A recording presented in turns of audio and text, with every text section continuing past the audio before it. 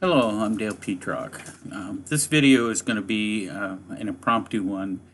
I went to the range to do some shooting and the rain had rolled in, and so I decided what I would do while I waited for it to clear off was just show how I shoot my Air Arm's TX200 Mk III, which is a spring powered air rifle. And as people have asked me a couple of times how I go about it. And so I'm going to show you the two basic ways that I go about it, but because it's an impromptu video, be aware that this is not, it was not scripted, it was not thought through, just walked through the process like I might normally set up and shoot. In addition, that means there will be some editing and some places where the sound quality may not be quite as good. And secondarily, I want to make sure it's clear that I do not view this as the only way or the best way or the optimal way to shoot a TX or any other air rifle. This is just how I do it. And so your mileage may vary. Certainly, I know there are a lot of people that are strict on the artillery hold, and I'm not strict on much of anything. If it works, I use it, and that's kind of how I approach it. And so what you'll see here is what has worked for me. It may not work for anyone else, may not work for you. But in case it's of some interest to someone, that's what we have to offer in this case. And thanks. Bye. Hello, I'm out at the range today, and I was going to shoot 50 yards on paper, but as you can see, it's raining, and so my paper targets would not be very conducive to living through that process. So I thought I'd shoot a that focuses more on how I tend to set up my TX200 Mk III for when I'm shooting 50 yards. What I have is my TX200, and there's two basic ways I set it up. One is on my Allen rest. I have a protector bag which is really fairly empty, and what I do is I tend to leave it very soft, and the same with the bunny ears on my protector back here. I leave those fairly soft too, and I pinch those so that they, and the bunny ears so that they are wider, and then I can drop my, and then I put a slider on here. These mimic what I perceive to be the feel of hands on the information on the rifle. In terms of the rifle, you can see about where I have it set. It's fairly close to the, it's right at that balance point, and that's kind of where I want it. I want it to be just so that it forces itself to fall naturally to the bag behind it. And I don't want it any more so. Obviously I have a bubble level, and I get it level, and I settle it in as tight as I can and go from there. Next, after I get it kind of at that balance point, I then settle down and make sure that it's, the parallax is set correctly for the range. In this case, I'm going to be shooting a piece of steel plate because it won't melt in the rain. And then I switch, because I wear trifocals, which are not conducive to shooting. So I have my prescription, which is set at the mid kind of the three, right in the center one, for my shooting glasses, and I double check the parallax there. And what of course I want to make sure is that when I move my head, the point of impact or the point of aim doesn't shift at all. And then I'll bring it in. And what I want it to do is sit without me touching the rifle, to stay right where I want it to hit. And then I close my hand around the rifle. I know in the artillery hold they say hold it lightly. I hold it moderately because this rifle seems to like that. I've tried lightly and it has not been successful. And so in this case, what I will do Load up and show you how it goes.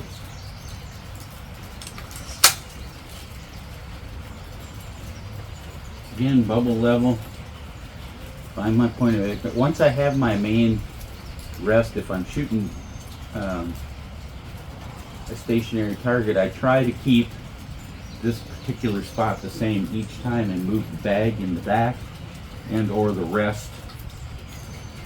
For example, if I'm shooting one shot per bull for 10 or 12 bulls, I'll use this for elevation in many cases.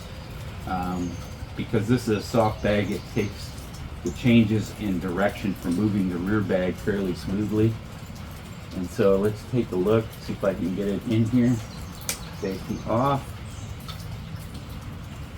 Okay, it is dead on where I want it to be.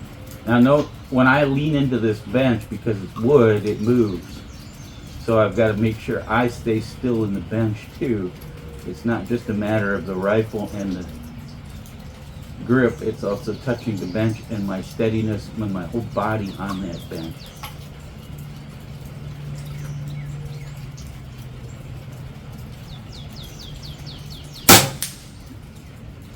And we can see that I'm going to then not touch any of those.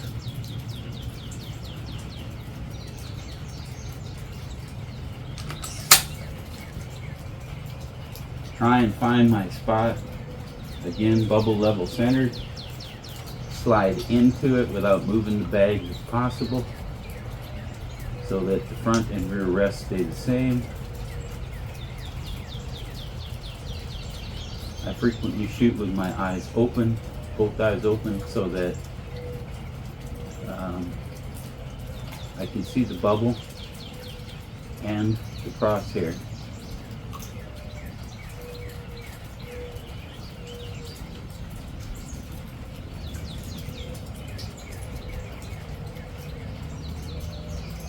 Helps if I put the safety off. Problem with shooting videos is I'm not thinking about the gun. And clear of me touching it. Hand on.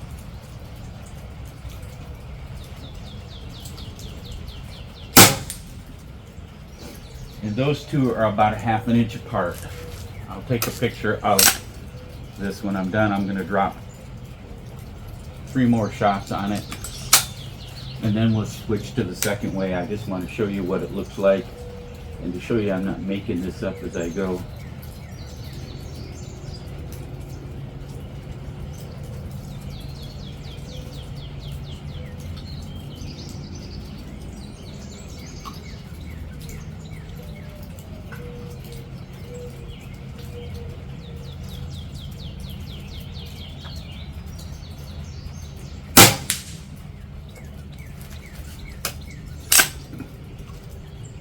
That was 3, 4.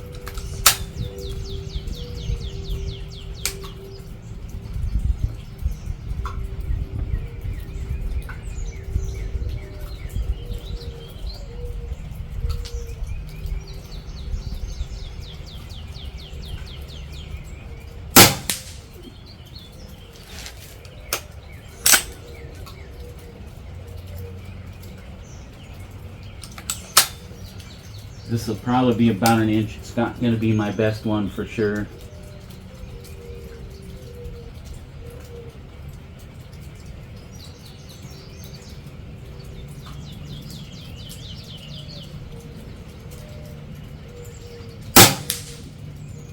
Might be a little bigger than that, but that gives you kind of the point. And so that's how I shoot it off of a rest.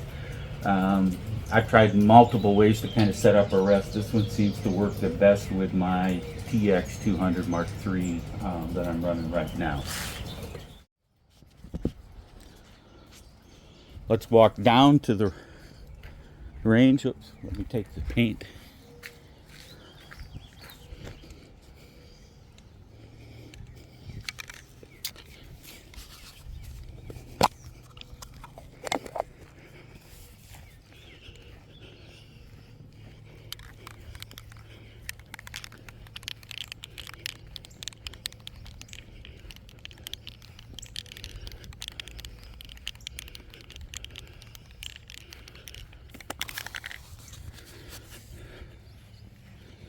Again, this is certainly not my best, but it gives you a sense. This is a 12-inch plate, so that's probably 1.5 inches.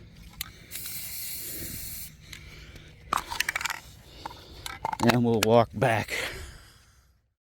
The second way I shoot my TX is off a bag, and there's nothing fancy about it. It's a loosely filled bag, and so the first thing I do is get this stuff out of the way.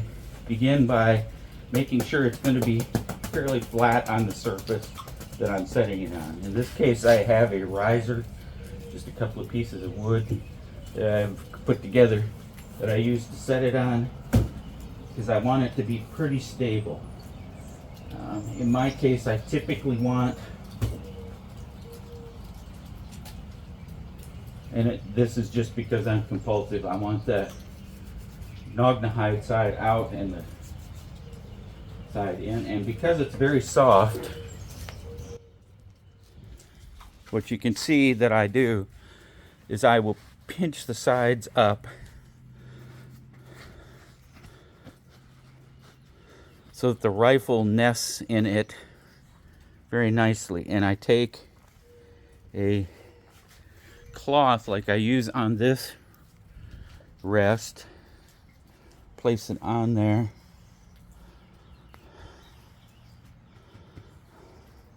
and do the same thing. Try and find that balance point for the rifle. Now, I don't need a riser if I'm not shooting the rear bag, and frequently I don't.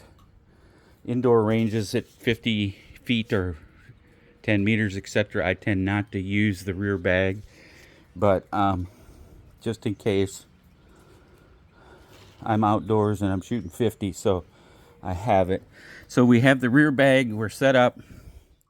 Again, positioned such that when I'm not touching it, that's where the crosshairs naturally rest. I've already got parallax adjusted from the previous set, so I'm not touching it.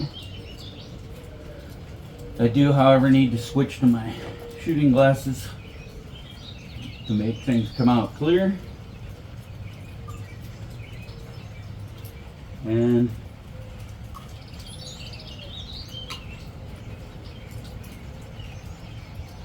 there we go.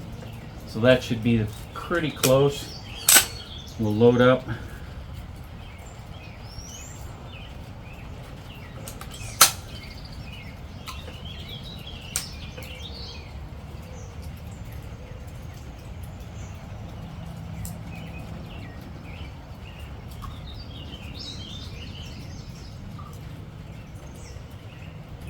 Usually the point of impact between this and where I have it had it set up with the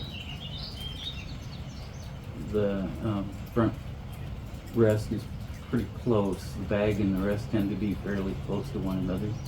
Guess we'll be able to see that here.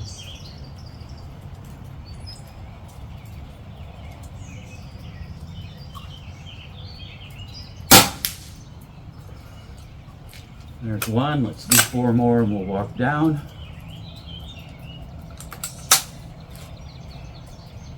Again, try not to move anything.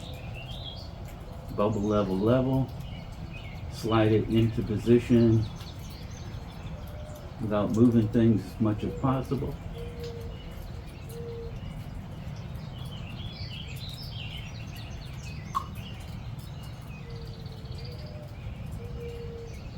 Safety off.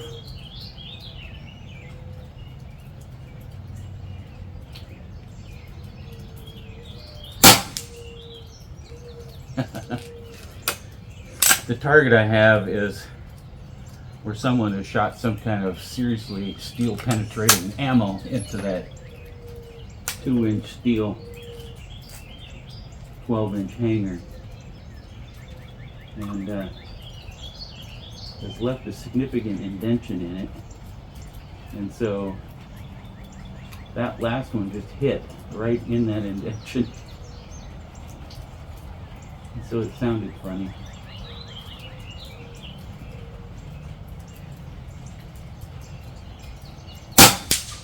That hit just above it. First one was slightly below it. This is 4. I believe.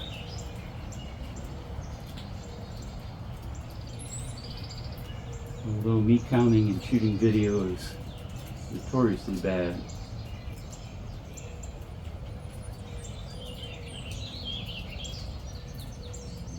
Get the end directly in it.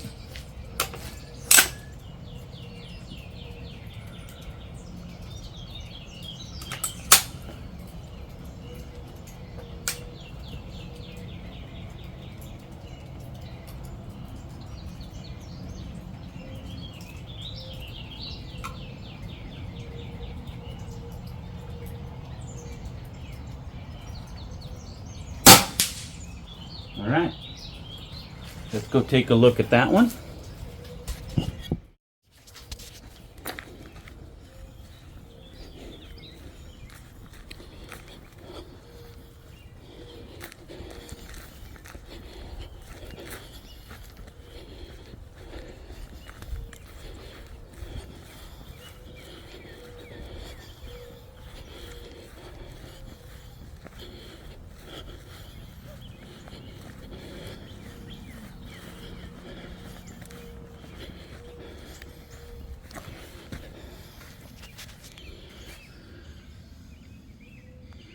And as you can see, that's a fair bit tighter than the previous round, and probably is just about an inch, maybe slightly larger, but that's kind of where it's at.